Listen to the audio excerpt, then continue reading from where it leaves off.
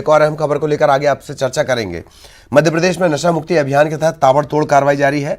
हुक्का लाउंज बंद है। 2 दिन में 7,662 कार्रवाई हुई है। अवैध शराब के 5,764 मामले दर्ज किए गए हैं। सीएम शिवराज खुद मॉनिटरिंग कर रहे हैं। आने वाले दिनों में ये कार्रवाई जारी रहेगी। अवैध नशा करने और कराने वालों के खिलाफ मुहिम। 24 घंटे में 7 हुक्का लाउंज संचालकों के खिलाफ कोटप्पा एक्ट के तहत कार्रवाई की गई है। 18 लोगों पर शराब पीकर वाहन चलाने पर कानूनी कार्रवाई की गई है। अवैध शराब रखने पर 5 लोगों पर आबकारी एक्ट के तहत मामला दर्ज किया गया है। सार्वजनिक स्थानों पर शराब पीने वाले 65 लोगों के खिलाफ कार्रवाई की गई है। 6 आरोपियों पर एनडीपीएस एक्ट के तहत मामला दर्ज किया गया है।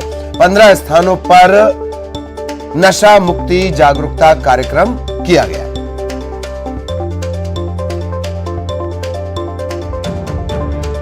वासु लगातार हमारे साथ बने हुए हैं। वासु, ताबड़तोड़ कार्रवाई, हालांकि इसकी लंबी चौड़ी लिस्ट है इस कार्रवाई की, और ये कार्रवाई ये भी बताती है कि अगर सीएम शिवराज इनिशिएटिव ना लें, फटकार ना लगाएं, निर्देश ना दें, तो ये जो आंकड़े हैं बढ़े हुए, ये और बढ़ते जाएंगे।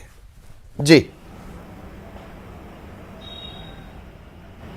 ऋषि, बिल्कुल ललित, देखिए, और लंबे समय से ये अवैध नशे के कारोबार का जो पूरा एक रैकेट था वो कहीं ना कहीं फल फूल रहा था, और यही वजह है कि इतनी ज्यादा नशे की खपत बढ़ गई कि खुद मुख्यमंत्री शिवराज सिंह चौहान को मैदान में आकर कमान संभालनी पड़ी, एक्शन लेना पड़ा। हालांकि सीएम ने जब से इस पूरे मामले में संज्ञान लिया है, नशा मुक्ति अभियान की मध्य प्रदेश में शुरुआत हुई है, उसके बाद से जरूर ताबड़तोड़ एक्शन देखने को मिल रहा है, और जमीनी स्तर पर भी अब ये जो कार्रवाइयां हुई हैं उसका जो असर है वो देखने को मिल रहा है। बड़ी बात यह है कि पूरे मध्य प्रदेश में जितने भी हुक्का लाउंज संचालित किए जा रहे थे वो सारे बंद हो गए हैं। खुद सीएमओ की ओर से, जनसंपर्क की ओर से इस बात की जानकारी दी गई है। और इसके अलावा अवैध तौर पर जो ड्रग्स का कारोबार होता है, मादक पदार्थों का कारोबार होता है, अवैध रूप से जो शराब बेची जाती है, कई माफिया है जो ब्लैकमेलिंग करने का, ब्लैक मार्केटिंग करने का काम इन सारी चीजों का करते हैं, चाहे फिर वो शराब की बात हो या फिर अन्य नशीले पदार्थों की बात हो, तो उनकी धरपकड़ कहीं ना कहीं तेज हुई है। और पुलिस के साथ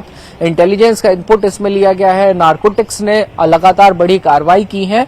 न सिर्फ उनके खिलाफ कार्रवाई हो रही है जो अवैध नशे का कारोबार करते हैं, बल्कि जो अवैध रूप से नशे करने वाले लोग हैं, यानी कि सार्वजनिक स्थानों पे शराब पीते हुए जो लोग पकड़े गए हैं, अवैध रूप से नशे को खरीदते हुए लोग पकड़े गए हैं, दूसरे स्टेट से जो कुछ ऐसे ड्रग्स होते हैं, चाहे वो गांजा हो या फिर अन्य प्रकार के ड्रग्स हो जिनकी आवाजाही होती है, उनकी भी धरपकड़ करने के लिए पुलिस जो है वो निरंतर कार्रवाई कर रही है। हमने देखा कि कुछ दिन पहले मुख्यमंत्री शिवराज सिंह चौहान ने खुद बैठक ली थी नशा मुक्ति अभियान को लेकर, जिसमें डीजीपी से लेकर तमाम जो जिले के बड़े पुलिस अधिकारी हैं वो मौजूद थे, और सबसे सीएम शिवराज सिंह चौहान ने इस बात का फीडबैक लिया था कि आपके जिले में क्या कुछ हालात है, क्या कुछ स्थिति है, और आने वाले समय का एक्शन प्लान क्या है, और बेहतर करने के जो दिशा निर्देश हैं वो भी दिए गए थे। एक और जहां सख्त कार्रवाई हो रही है तो दूसरी ओर जन जागरूकता अभियान भी चलाया जा रहा है, जो काफी महत्वपूर्ण है। लोगों को इस बात की समझाइश दी जा रही है कि नशे की लत से दूर रहें, नशे का किसी भी तरह से सेवन ना करें, क्योंकि इससे पीढ़ी की पीढ़ियां और परिवार के परिवार जो हैं